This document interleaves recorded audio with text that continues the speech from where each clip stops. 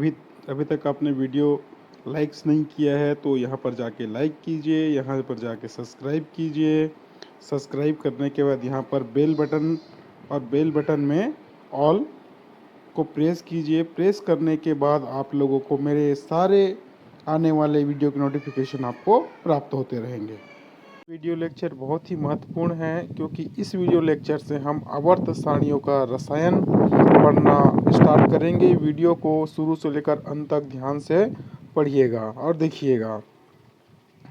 यहाँ पर हम पीरियोडिक टेबल देख रहे हैं। इस पीरियोडिक टेबल में हमें दिखाई दे रहा है कि 118 एलिमेंट्स नोन हैं, जिसमें से 92 एलिमेंट्स नेचुरल है। बाकी अन्य जो एलिमेंट होता है वो आर्टिफिशियल होता है, मानव के द्वारा निर्मित होता है।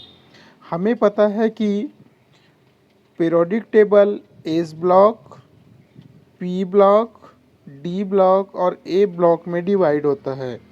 एस ब्लॉक और पी ब्लॉक को नॉर्मल एलिमेंट्स या रिप्रेजेंटेटिव एलिमेंट्स के नाम से जाना जाता है।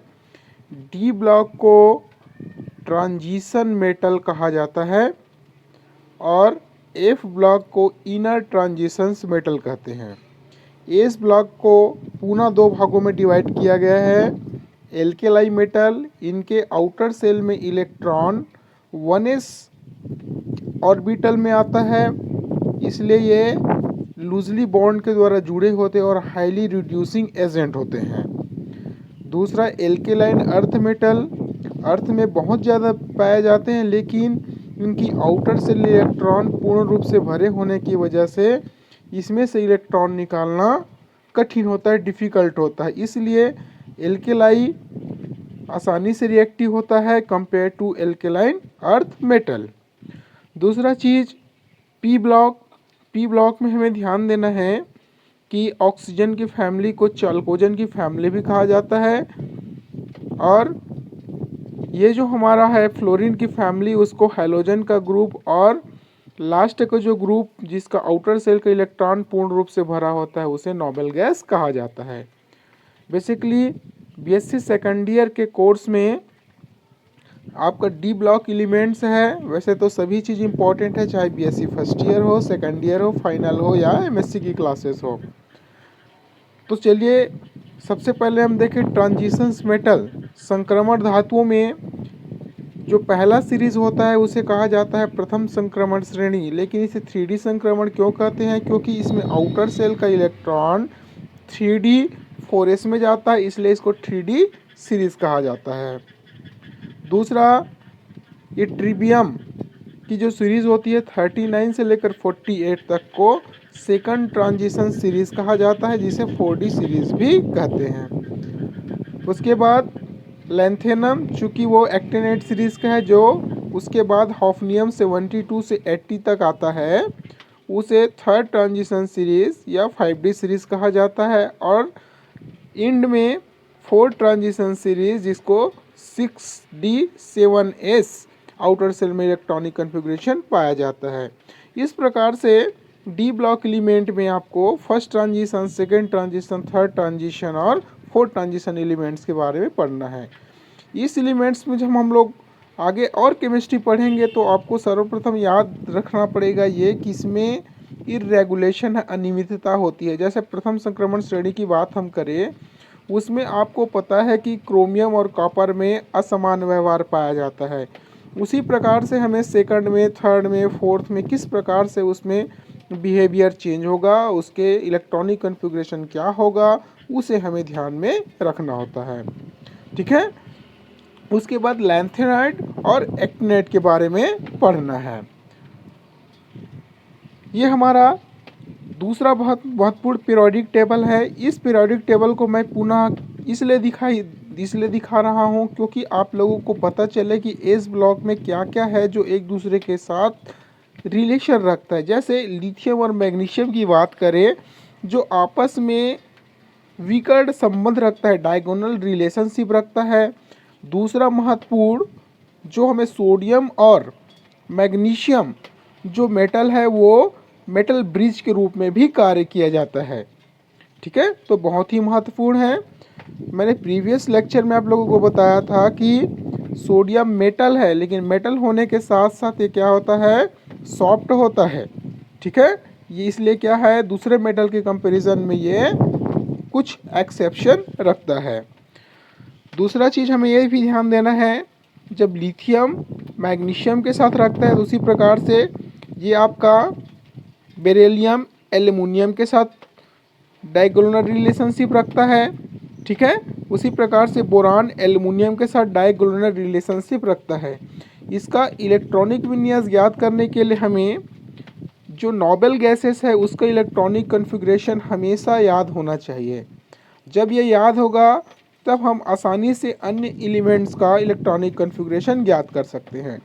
इसी पीरियोडिक टेबल में मैंने आपको प्रीवियस लेक्चर में बताया था, यदि किसी का एटॉमिक नंबर 1 है तो उसकी इलेक्ट्रॉनिक संख्या या इलेक्ट्रॉन की संख्या कितनी होगी, न्यूट्रल मॉलिक्यूल में जितना उसका एटॉमिक नंबर होता है उतना ही उसका इलेक्ट्रॉन की संख्या पाई जाती है। यह हमें ध्यान देना है। उनके साथ साथ आपको मास नंबर कैसे निकालते हैं ये पता होना चाहिए। मैंने आपको बताया था प्रोटॉन प्लस न्यूट्रॉन को आपस में जोड़ते हैं तो मास नंबर प्राप्त होता है। और न्यूट्रॉन कैसे निकलता है, जब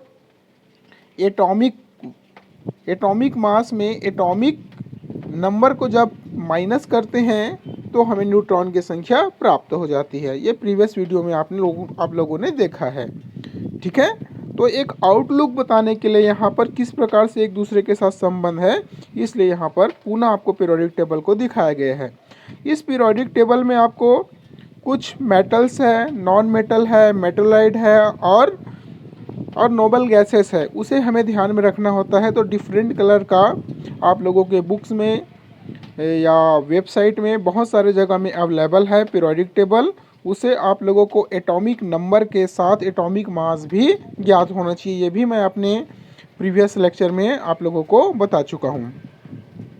अब यहाँ पर स्पष्ट रूप में मैं एस ब्लॉक को, जिसको मैंने आपको कहा कि एस ब्लॉक को नॉर्मल एलिमेंट्स या रिप्रेजेंटेटिव एलिमेंट्स कहा जाता है, जिसमें लिथियम का मैग्नीशियम के साथ और सोडियम और मैग्नीशियम को ब्रिजिंग मेटल्स के रूप में यूज़ किया जाता है।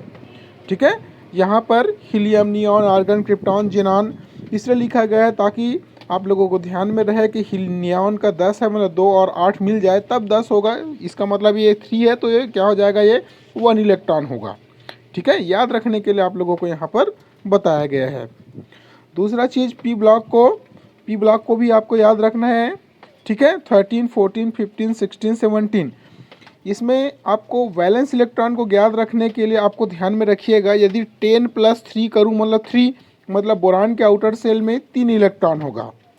ठीक है, इसलिए हम ये समझ सकते हैं इसकी वैलेंसी कितनी होगी, 3 होगी। ठीक है, तो वैलेंसी 1 से लेकर 4 तक जितना भी आउटर सेल में इलेक्ट्रॉन होता है वही उसकी वैलेंसी होती है। ठीक है, यहाँ तक। ठीक है, कार्बन की वैलेंसी 4 होती है, सिलिकॉन की वैलेंसी 4 होती है, जर्मेनियम की भी 4 होगी और टीन की भी 4 होगी और लेड की भी 4 वैलेंसी होगी।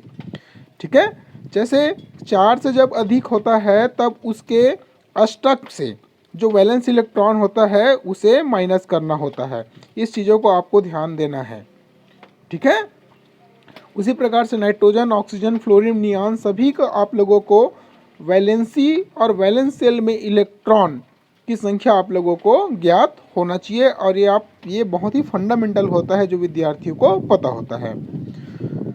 दूसरा महत्वपूर्ण डी ब्लॉक एलिमेंट का है। डी ब्लॉक को मैंने आपको बताया था प्रथम संक्रमण श्रेणी जो 21 से लेकर 30 तक जाता है। ठीक है, जिसमें जैसे क्रोमियम और कॉपर में अपवाद पाया जाता है। ठीक है, अब इसमें देखेंगे क्या होगा, इलेक्ट्रॉन जो भरेगा 3d1, ठीक है, इसमें भरेगा इलेक्ट्रॉन 3d1 से 10 तक और 4s1 से लेकर 2, ठीक है, 1 से लेकर 2 तक पाया जाता है। ठीक है, इसलिए क्या है, इसको 3D सीरीज कहा जाता है। जैसे फॉर एग्जांपल स्कैंडियम को यदि आप लेंगे तो क्या हो जाएगा 3d1 4s2। ठीक है, 3d1 4s2 मतलब 3 निकल गया तो बच गया क्या 18 इलेक्ट्रॉन। तो 18 इलेक्ट्रॉन किसके लिए होता है, नोबेल गैसेस में, वो आपको याद रखना है। ठीक है, तो 18 वाला जो होता है सीरीज नोबेल गैस का पहले की इलेक्ट्रॉनिक कन्फिगुरेशन 18 + 3, ठीक है, 18 + 4, इस प्रकार से टोटल ऑफ वैल्यू जैसे 18 में 3 जोड़ेंगे तो कितना हो जाएगा 21 18 में 4 जोड़ेंगे तो क्या हो जाएगा 22। तो इस प्रकार से जो इलेक्ट्रॉनिक कन्फिग्रेशन हमें प्राप्त होगी वो आपको ध्यान देना है। जैसे 18 मैंने कहा ये आर्गन, तो इस पर यहाँ पर क्या आएगा आर्गन का इलेक्ट्रॉनिक कन्फिग्रेशन, उसके बाद 3d1 4s2 लिखेंगे। उसी प्रकार से आर्गन, ठीक है, 3d2 4s2। तो जहाँ पर एबनॉर्मल बिहेवियर पाया जाता है उस पॉइंट को आप लोगों को फाइंड आउट करना होता है, ठीक है, ध्यान में रखना होता है यहाँ पर एबनॉर्मल बिहेवियर रखता है। क्लियर। उसी प्रकार से आप लोगों को सेकंड ट्रांजिशन सीरीज होता है, ये 3D है तो ये 4D होगा, तो 4D के बाद क्या आएगा 5S, ठीक है। आउटर सेल में मतलब 4D 1 से लेकर 4D 10 तक जाएगा, और 4D है तो 5S आएगा, 5S 1 से लेकर 2 तक। Is that clear. जैसे कि technetium, ruthenium, rhodium, palladium, silver, इन सभी में क्या होता है अपवाद पाया जाता है, ठीक है। ये भी आप लोगों को ध्यान में रखना है। इसमें प्लेटिनम एवं गोल्ड बहुत प्रीशियस होता है, ये भी बहुत महत्वपूर्ण होता है। दूसरा चीज़ मैंने आपको प्रीवियस लेक्चर में बताया है, आवर्त सारणी में सिर्फ 2 ही ऐसे एलिमेंट है जो द्रव की अवस्था में पाया जाता है। एक मेटल होता है जो मर्क्यूरी है, ठीक है, वो लिक्विड अवस्था में होगा। दूसरा नॉन मेटल जो होता है वो ब्रोमीन होता है, ठीक है, वो जो पी ब्लॉक का एलिमेंट है वो लिक्विड अवस्था में पाया जाता है। इस बात को आप लोगों को ध्यान में रखना है, ठीक है। उसी प्रकार से ये आपका 5D हो जाएगा, 5D 1 से लेकर 10 तक जाएगा, 5D हुआ तो 6S हो जाएगा, ठीक है। और ये क्या हो जाएगा 5D हो तो ये 6D होगा, और 6D 1 से लेकर 10 तक इलेक्ट्रॉन भरेगा क्योंकि इसमें 10 एलिमेंट है, 10 एलिमेंट है। यहाँ पर स्टार लगा है मतलब ये लेंथेनम का है और ये एक्टेनम का है, जिसको लेंथेनम और एक्टेनम के सीरीज में जोड़ा गया है। इसीलिए समटाइम्स क्या होता है इसमें लेंथेनाइट और एक्टेनाइट कॉन्ट्रैक्शन पाया जाता है, सामान्यतः लेंथेनाइट कॉन्ट्रैक्शन पाया जाता है, जिसकी वजह से साइज में कुछ डिफ्रेंशिएट होता है, ठीक है।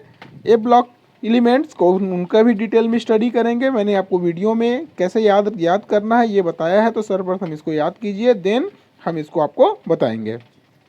अब जनरल प्रॉपर्टी की बात करें हम, तो जनरल प्रॉपर्टी मतलब सामान्यतः ऐसा होता है। तो क्या होता है हमारा 7 आवर्त और 18 वर्ग में बटा हुआ है, तो क्या होगा वर्ग में ऊपर से नीचे आने पर, तो क्या होता है वर्ग में ऊपर नीचे आने पर आकार में धीरे धीरे वृद्धि होता है, तो उसकी डेंसिटी क्या हो गई वृद्धि होती है ऊपर से नीचे आने पर। लेकिन वो जब लेफ्ट टू राइट जाता है तो सामान्यतः क्या होता है थोड़ा सा बढ़ेगा, लेकिन वो क्या होता है घटता है, ठीक है। पहली प्रॉपर्टी बॉइलिंग और मेल्टिंग पॉइंट की केसेस में, ठीक है, ऊपर से नीचे आने पर बढ़ता है, लेकिन लेफ्ट टू राइट जाने पर थोड़ा बढ़ेगा, उसके बाद घटेगा। तीसरी प्रॉपर्टी ये बहुत महत्वपूर्ण है, एटॉमिक साइज, ठीक है। एटॉमिक रेडाई कहा जाता है, परमाणु की त्रिज्या ऊपर से नीचे आने पर आकार में वृद्धि होती है, मतलब नाभिक से उससे उसकी दूरी बढ़ती चली जा रही है, मतलब इलेक्ट्रॉन हमको आसानी से हम वहाँ से निकाल सकते हैं। लेकिन जैसे ही वो लेफ्ट टू राइट जाएगा, ठीक है, उसका आकार छोटा होता चला जाएगा। उसी प्रकार से आयनन विभव आयनाइजेशन पोटेंशियल क्या होता है, जब आपका अप टू डाउन, ठीक है, अप टू डाउन हो रहा है, उस केसेस में क्या होगा आकार से संबंधित है ये, इस बात को हमेशा ध्यान में रखना है आप लोगों को, ठीक है।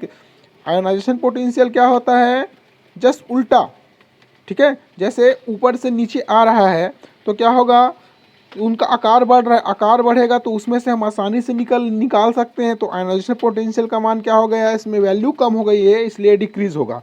इसलिए हमेशा ध्यान में रखना आयनाइजेशन पोटेंशियल जब लेफ्ट टू राइट जाता है तो आकार क्या हो गया छोटा हो गया, और छोटा हो गया, और छोटा हो गया, तो छोटा होने की वजह से न्यूक्लियर चार्ज ज़्यादा हो गया, इसलिए से उसमें से इलेक्ट्रॉन को निकालने के लिए ज़्यादा एनर्जी की आवश्यकता है, इसलिए लेफ्ट टू राइट जाने पर आयनाइजेशन पोटेंशियल का मान ज़्यादा होता है, ठीक है, अप टू डाउन में कम होता है। उसी प्रकार से इलेक्ट्रॉन की एफिनिटी इलेक्ट्रॉन को जोड़ने के लिए, ठीक है, जब हम उसको इलेक्ट्रॉन को जोड़ेंगे तब क्या होगा उसमें इलेक्ट्रॉन निकलेगा कि नहीं निकलेगा, या इलेक्ट्रॉन को जोड़ने के लिए कितनी रिक्वायर्ड एनर्जी चाहिए, उसके आधार पर यदि हम देखें तो लेफ्ट टू राइट जाने पर बढ़ता है और ऊपर से नीचे आने पर घटता है।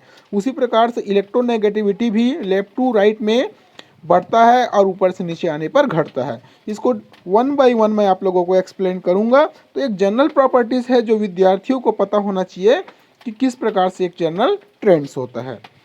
कुछ प्रॉपर्टीज़ ऑफ एलिमेंट्स है, उस प्रॉपर्टीज़ ऑफ एलिमेंट में आप लोगों को ध्यान देना है कि एटॉमिक रेडाई या उसको आयनिक रेडियस कहा जाता है, जो कोवेलेंट रेडाई, मेटलिक रेडाई और वंडरवॉल रेडाई में डिवाइड किया जाता है। उसके बाद है आयनाइजेशन एनर्जी, इलेक्ट्रॉन की एफिनिटी और इलेक्ट्रोनेगेटिविटी को हमें पढ़ना है, जो मैं आपको नेक्स्ट लेक्चर में बताऊंगा।